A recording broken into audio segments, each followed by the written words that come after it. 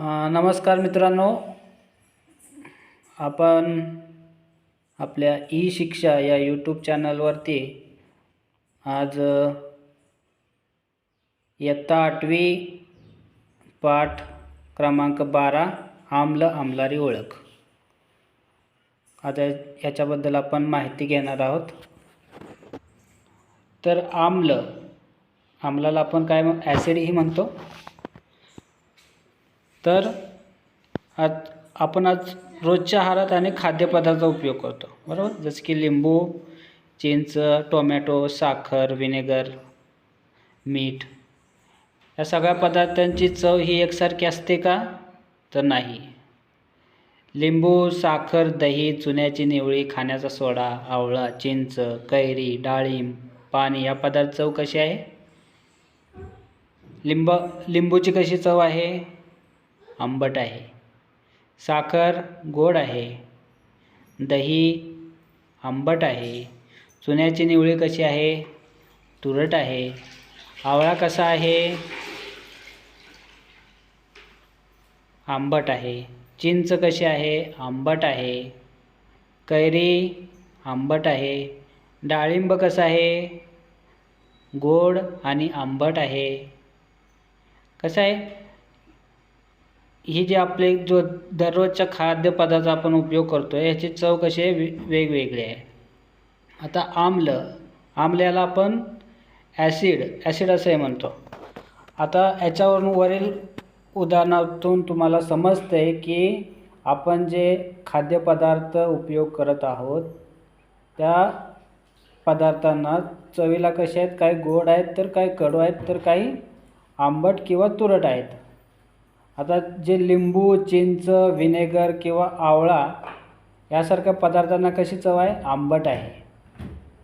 ही चव कशामुळे येत असते? तर त्याच्यात असलेल्या एका विशिष्ट प्रकारच्या संयोगामुळे त्यांना ही आंबट चव प्राप्त होते. त्यामुळं काय होतं? या आंबट चव देणाऱ्या संयोगांना आपण काय म्हणतो? आम्ल म्हणतो. आता इथं आम्लाची व्याख्या आपल्याला मिळत आहे की आंबट चव देणाऱ्या संयोगांना आम्ल असे म्हणतात. व्याख्या विचारली जाऊ शकते. तर आम्ल म्हणजे काय? तर आम्ल म्हणजे काय आहे? आंबट चव देणाऱ्या संयोगांना आम्ल असे म्हणतात. आम्लाचा आणखीन एक गुणधर्म आहे, तो काय? आम्ल पाण्यात विद्राव्य असतात. आम्ल पाण्यात विद्राव्य असतात. विद्राव्य म्हणजे कसं? विरघळणारे असतात. व ते क्षणकारकही असतात. शरणकारक. आम्ल हे शरणकारकही असतात. शरणकारक याचा अर्थ आहे गंजधारक. म्हणजे काय? जर एखादं आम्ल ॲसिड हे एखाद्या धातूबरोबर संपर्कात आलं तर आपला जो धातू आहे तो काय होतो? समजा एखादा ॲसिड आहे, आता तुम्ही घेतला ॲसिड सल्फ्युरिक ॲसिड, सल्फ्युरिक आम्ल घेतलं तर तो एखाद्या लोखंडाच्या संपर्कात आलं तर लोखंड कसं होतं? गंजतं. मग त्याला आपण शरणकारक म्हणतो. आणि आम्ल हे कसं आहे? प्राणी आणि वनस्पतीमध्ये सुद्धा असते. आता खाद्यपदार्थामध्ये असणाऱ्या आम्लांना नैसर्गिक आम्ल किंवा कार्बनिक आम्ल असेही म्हणतात. आता आपण जे खाद्यपदार्थ खातो या खाद्यपदार्थामध्ये पण आम्ल असतात आणि याला आपण कार्बनिक आम्ल असं म्हणतो. कार्बनिक आम्ल ही क्षीण प्रकृतीची असल्यामुळं त्यांना सौम्य आम्ल असंही म्हणतात. कार्बनिक आम्लाचं दुसरं नाव आहे सौम्य आम्ल. ओके. वीक ॲसिड म्हणतो आपण त्याला. काही आम्ल कसे आहेत? ते तीव्र प्रकृतीचे असतात. काही जे आम्ले असतात, ॲसिड्स असतात, हे तीव्र प्रकृतीचे असतात. तीव्र प्रकृतीची म्हणजेच कॉन्सन्ट्रेटेड असतात. इथं उदाहरणं दिल्यात आपल्याला. सल्फ्युरिक आम्ल दिलं आहे, हायड्रोक्लोरिक आम्ल आहे, नायट्रिक आम्ल आहे. ही दाहक असतात म्हणजे काय असतात? ह्याच्या जर संपर्कात आलो तर ही आपल्याला हानिकारक असतात. जी तीव्र प्रकृतीची आम्ल आहेत, जसे की सल्फ्युरिक आम्ल, हायड्रोक्लोरिक आम्ल, नायट्रिक आम्ल, या आम्लांना आपण खनिज आम्ल म्हणतो. आणि त्यांची सहंत द्रावणे म्हणजे कॉन्सन्ट्रेटेड जर आपल्या त्वचेवर पडलं, स्किनवरती पडलं, तर त्वचा आपली भाजू शकते. किंवा ही जी आम्ल आहेत, सहंत आम्ल, कॉन्सन्ट्रेटेड ॲसिड्स, जर आपल्या श्वसनाद्वारे किंवा तोंडाद्वारे शरीरात गेल्यास ते हानिकारक ठरते. तेव्हा ही आपल्या शरीरासाठी किंवा आपल्या आरोग्यासाठी अपायकारक आहेत. आता सहंत आम्ले हळूहळू पाण्यात घालून त्यांचे विरल आम्लात रूपांतर करता येते. आता सहंत आम्ले म्हणजे जे आपले कॉन्सन्ट्रेटेड ॲसिड्स आहेत, सहंत आम्ले म्हणजे काय, कॉन्सन्ट्रेटेड ॲसिड्स आहेत. ते आपण हळूहळू जर पाण्यात घातलं तर त्याचं विरल आम्लात रूपांतर होतं. म्हणजे काय करायचं, आता समजा तुम्हाला डायल्यूट सल्फ्युरिक ॲसिड बनवायचं आहे, तर काय करायचं, पाणी घ्यायचं आणि त्याच्यामध्ये थोडं सल्फ्युरिक आम्ल टाकायचं, तर ते विरल द्रावण तयार होईल, डायल्यूट ॲसिड तयार होतं. त्याला आपण डायल्यूट सल्फ्युरिक ॲसिड असं म्हणतो. हे आपण पाण्यात टाकायचं आहे. पाण्यात जर तुम्ही ॲसिडमध्ये किंवा आम्लामध्ये पाणी टाकलं तर ही प्रक्रिया पूर्णपणे हानिकारक आहे, असं कधीही करू नका. तर आपल्याला काय करायचं आहे, पाण्यामध्ये हे सल्फ्युरिक ॲसिड किंवा सल्फ्युरिक आम्ल हळूहळू टाकायचं आहे. आता खाण्याचं सोड्याचं विरल द्रावण जर चाकलं तर ते कसं आहे, तुरट आहे, कडवट आहे व स्पर्श. आता विरल द्रावण चाकले तर काहीसे तुरट कडवट जाणवेल. जे पदार्थ तुरट कडवट चवीचे व स्पर्शाला बुळबुळीत लागतात, उदाहरणार्थ दिल्या तिथं चुन्याची निवळी म्हणजे थोडक्यात आपण चुना म्हणूया त्याला, कॅल्शियम हायड्रॉक्साईड असे म्हणतात, त्याचं रासायनिक नाव आहे. खाण्याचा सोडा आपण दररोज तुम्ही जे स्नॅक्स बनवता, स्नॅक्समध्ये जे भजी वगैरे बनवतात त्याच्यामध्ये टाकता, ते सोडियम बायकार्बोनेट असंही त्याचं रासायनिक नाव आहे. कॉस्टिक सोडा म्हणजे NaOH, सोडियम हायड्रॉक्साईड असंही त्याचं नाव आहे. व साबण म्हणजे आपला जो आपण कपडे धुण्याचा जो साबण आहे आपला, ह्याच्यामध्ये उपयोग होते. इत्यादी पदार्थांना आपण काय म्हणतो, आम्लारी म्हणतात.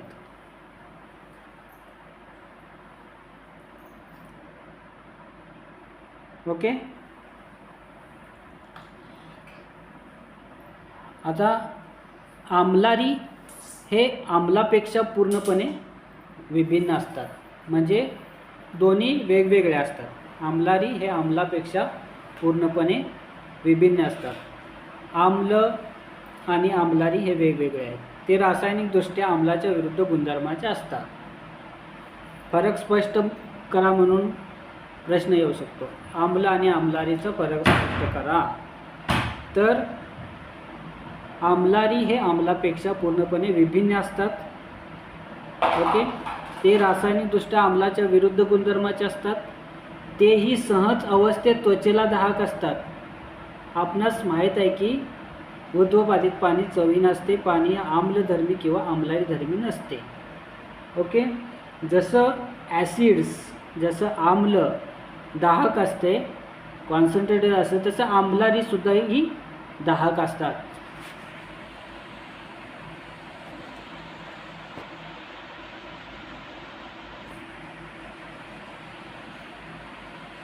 आता हे झालं आम्लाबद्दलची माहिती.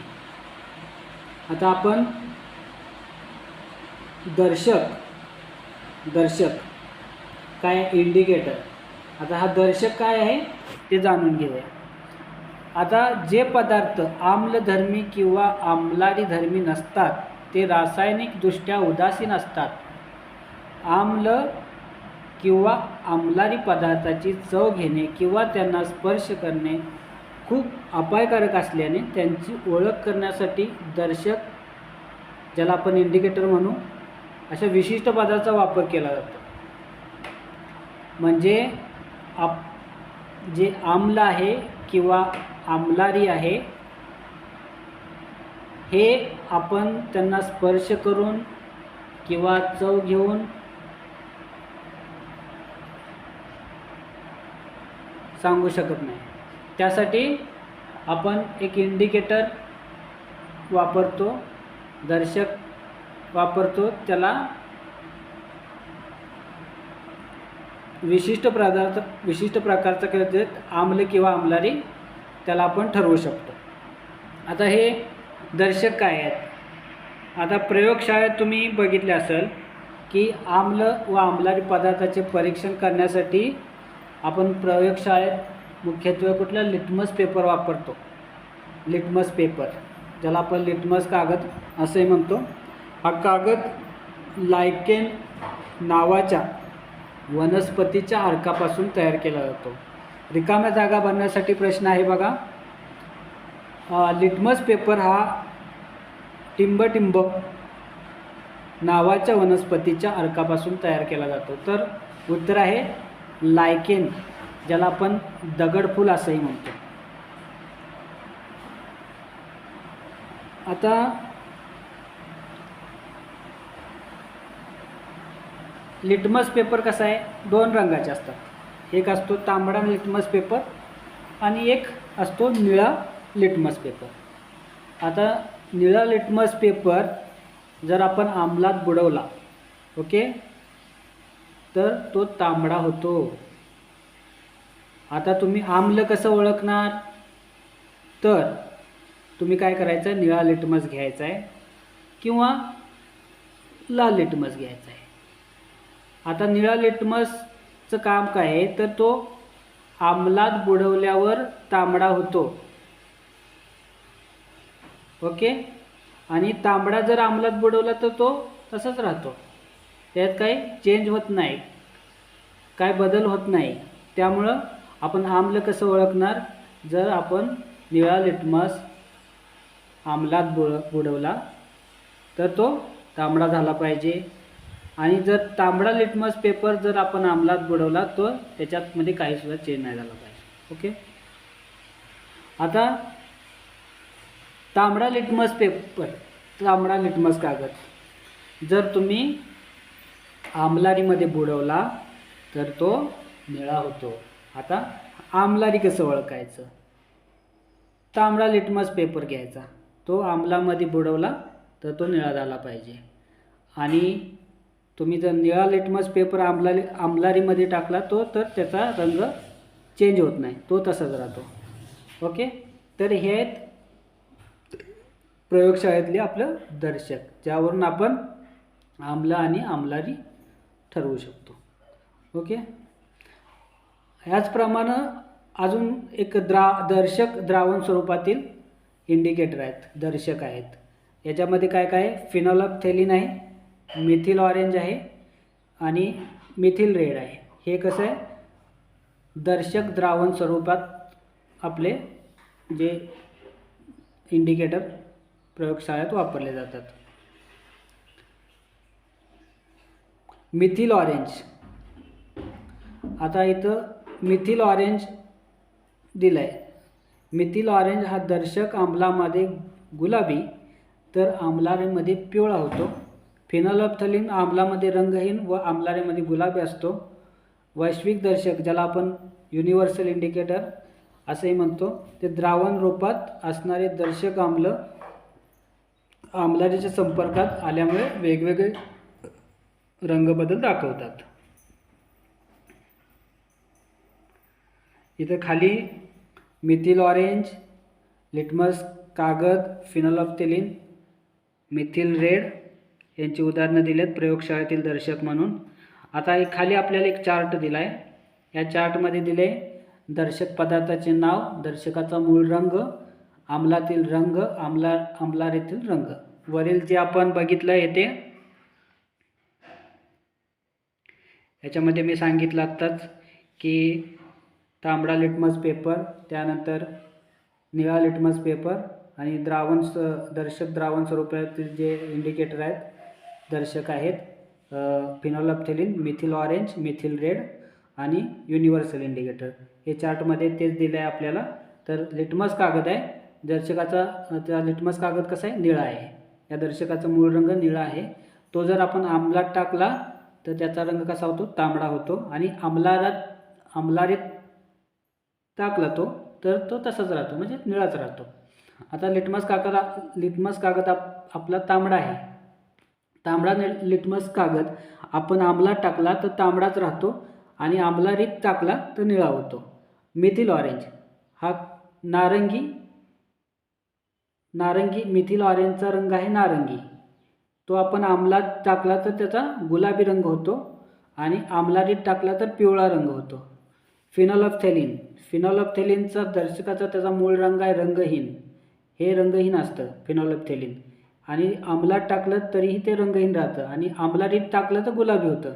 मिथिल रेड तांबडा असतो, आम्लात टाकलं तर तांबडाच राहतो आणि आम्लारीत टाकला तर पिवळा होतो.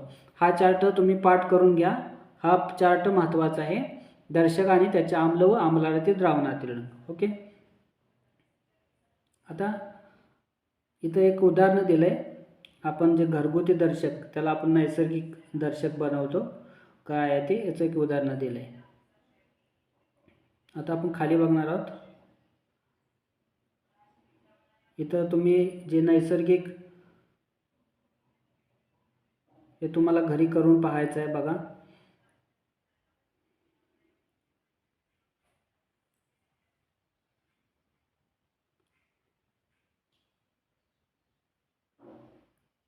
ओके.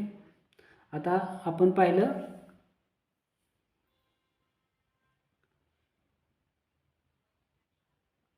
आम्लमध्ये एक असा पदार्थ आहे ज्यात आम्लाचं एक इथे हे दिले आपल्याला.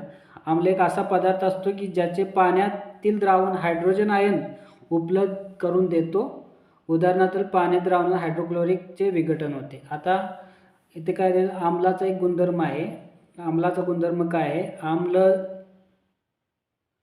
हा हायड्रोजन आयन उपलब्ध करून देतो. आता HCl आहे, HCl हायड्रोक्लोरिक आम्ल. हायड्रोक्लोरिक आम्लाचे विघटन होऊन H+ त्याला हायड्रोजन आयन म्हणतो प्लस क्लोराईड आयन हे विघटित होतात. आता आम्लाची काय उदाहरणं आहेत, जसं वरच्या आपण सांगितले हायड्रोक्लोरिक आम्ल, नायट्रिक आम्ल, सल्फ्युरिक आम्ल, कार्बोनिक आम्ल. ओके. त्यात जे नैसर्गिक आम्ल आहेत त्याच्यामध्ये आपलं फळातील अस्कॉर्बिक आम्ल, सायट्रिक आम्ल, व्हिनेगरमध्ये ॲसिटिक आम्ल. आता इथं तुम्हाला उदाहरणं विचारू शकतात की आम्लाची उदाहरणं नैसर्गिक आम्ले कुठले आहेत. तर व्हिनेगरमधलं ॲसिटिक आम्ल आहे, संत्रीमधलं सायट्रिक आम्ल आहे, चिंचेमध्ये टार्टारिक आम्ल आहे, टोमॅटोमध्ये ऑक्झॅलिक आम्ल आहे, दहीमध्ये लॅक्टिक आम्ल आहे, लिंबूमध्ये सायट्रिक आम्ल आहे. आता आम्लाचे गुणधर्म लिहा. आम्लाची चव आंबट असते. आम्लाच्या रेणूत हायड्रोजन आयन हा मुख्य घटक असतो. आत्ताच सांगितलं मी तुम्हाला HCl जो आपला H+ हा मुख्य घटक आहे. आम्लाची धातूशी अभिक्रिया होऊन हायड्रोजनची निर्मिती होते. ओके. जे आम्ल आहेत ही एखाद्या धातूबरोबर त्याचा अभिक्रिया होऊन त्याची हायड्रोजनची निर्मिती. आम्लाची कार्बोनेटशी अभिक्रिया होऊन CO2 वायुमुक्त होतो. आम्लामुळे निळा लिटमस कागद तांबडा होतो. आम्लाचे गुणधर्म प्रश्न विचारू शकतात, त्यामुळे तुम्ही हे जे काय आहे व्यवस्थित लक्षात ठेवा. आम्लाचे उपयोग काय कुठे होतात, तर आम्लाचे उपयोग आपल्याला रासायनिक खताच्या उत्पादन आम्ले वापरले जातात. तेलाच्या शुद्धीकरणाची जे प्रक्रिया करतो आपण, किंवा औषधी द्रव्य, रंग, डायज, पेंट, स्फोटक द्रव्य यांच्या निर्मितीत प्रक्रियेत आम्लाचा वापर होतो. भिन्न भिन्न क्लोराईड क्षार बनवण्याकरता हायड्रोक्लोरिक आम्ल वापरतात. विरल सल्फ्युरिक आम्ल जे आपल्या गाड्यांच्या बॅटरी असतात त्याच्यामध्ये विरल सल्फ्युरिक आम्ल म्हणजे एक डायल्यूट सल्फ्युरिक ॲसिड वापरतात. पाणी जंतुविरहित करण्याकरता विरल हायड्रोक्लोरिक आम्लाचा वापर होतो. जे आपण पाणी जंतुविरहित करतो त्याच्यामध्ये देखील विरल हायड्रोक्लोरिक आम्लाचा वापर होतो. लाकडाच्या लगद्यापासून पांढरा शुभ्र कागद बनवण्याकरता सुद्धा आम्लाचा वापर होतो.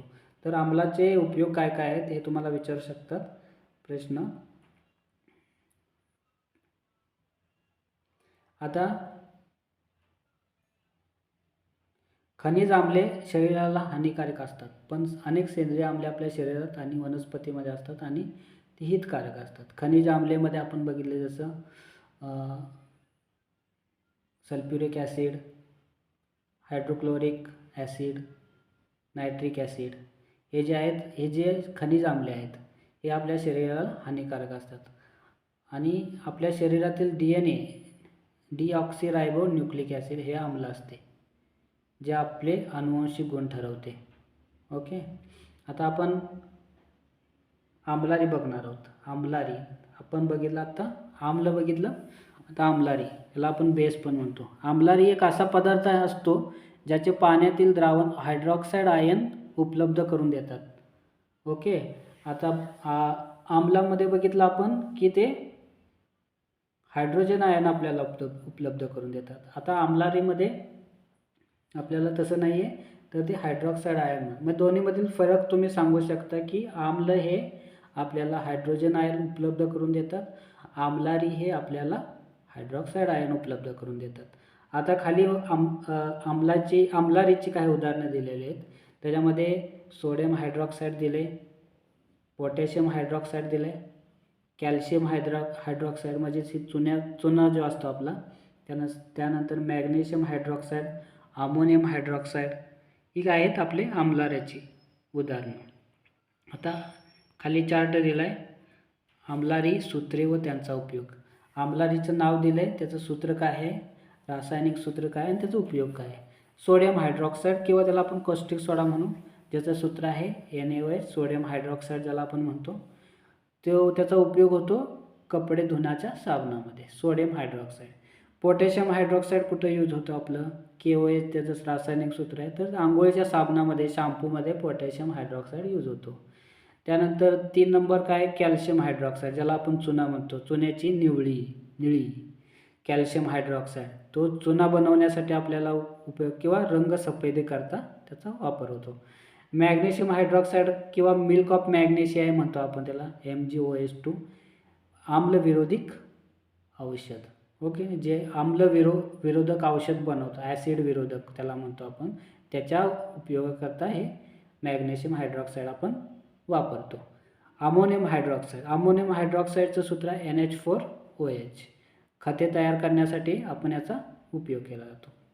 आता आपला नेक्स्ट महत्त्वाचा प्रश्न आहे आम्लारीचे गुणधर्म. आम्लारीचे गुणधर्म काय आहेत, आम्लारीचे गुणधर्म. आम्लारीची चव कडवट असते, त्यांचा स्पर्श बुळबुळीत असतो. आम्लारीमध्ये हायड्रॉक्साईड आयन हा मुख्य घटक असतो. सामान्य धातूंची ऑक्साईड आम्लारी धर्मी असतात. हे आम्लारीचे गुणधर्म आहेत. आता उदासीनीकरण आपण पाहिले की आम्लामध्ये काय होतं, हायड्रोजन आयन आणि आम्लारीमध्ये हायड्रॉक्साईड आयन असतात. आम्ल व आम्लारीच्या संयोगाने क्षार व पाणी निर्माण होतात. उदाहरणं दिलेलं आहे आपल्याला इथं. आता जर हायड्रोक्लोरिक आम्ल आणि सोडियम हायड्रॉक्साईड यांचं आपण एक मिश्रण केलं तर त्याच्यापासून आपल्याला क्षार आणि पाणी मिळतं. क्षार ज्याला आपण सोडियम क्लोराईड म्हणू आणि पाणी आपलं H2O. आता हे तुमच्या माहितीसाठी आहे, तुम्हाला माहीत आहे का बघा, आपल्या जठरात हायड्रोक्लोरिक आम्ल असतं, त्यामुळे आपलं अन्न पचन सुलभ होते. आपण जे अन्न खातो, ओके, याच्यामध्ये आपल्यात हायड्रोक्लोरिक असतं, हे सौम्य प्रकारचं हायड्रोक्लोरिक असतं, त्याची दाहकता कमी असते, त्याला आपण सौम्य हायड्रोक्लोरिक आम्ल किंवा डायल्यूट हायड्रोक्लोरिक ॲसिड असंही म्हणू. मात्र हे आम्ल गरजेपेक्षा जास्त वाढले की अपचन होतं. आता हे हायड्रोक्लोरिक आम्ल आहे, त्याची एक हे आहे, पातळी आहे, ती जर गरजेपेक्षा जर वाढले तर आपल्याला अपचन याचं आपलं ॲसिडिटी याचा त्रास आपल्याला जाणवतो. तर काय होतं, आपलं जठरात आपलं हायड्रोक्लोरिकचं ॲसिडचं प्रमाण वाढतं. सामान्यतः काय होतं, आम्लारीधर्मी औषध दिली जातात, त्यामुळे आपल्याला आपल्याला आम्लारीधर्मी औषधे दिलं, आपल्याला ॲसिड वाढतं, त्यामुळे काय झालं, ॲसिड विरोधी आम्ल विरोधी औषध. ज्याला तुम्ही आता समजा तुमचं इनोमध्ये काय असते, सोडियम बायकार्बोनेट, सोडा असतो, त्यामुळं आपल्याला ते औषध दिलं जातं. ओके, तर आपण आता बघितलं आम्ल. आता खाली स्वाध्याय आला आहे, हे तुम्ही स्वाध्याय सूत्रावरून रासायनिक नाव लिहा, खालील द्रावणे आम्ल की आम्लारी ओळखा. हे आपण आता जे वरील बघितलं ते सर्व तुम्ही स्वाध्याय करा, खालील प्रश्नांची उत्तरं लिहा आणि परीक्षेसाठी तयारी करा चांगली. कसा वाटला हा आजचा आपला पाठ कमेंट करून सांगा. आपल्या चॅनलला लाईक करा, सबस्क्राईब करा आणि आपल्या मित्रांना शेअर करा. थँक्यू, धन्यवाद.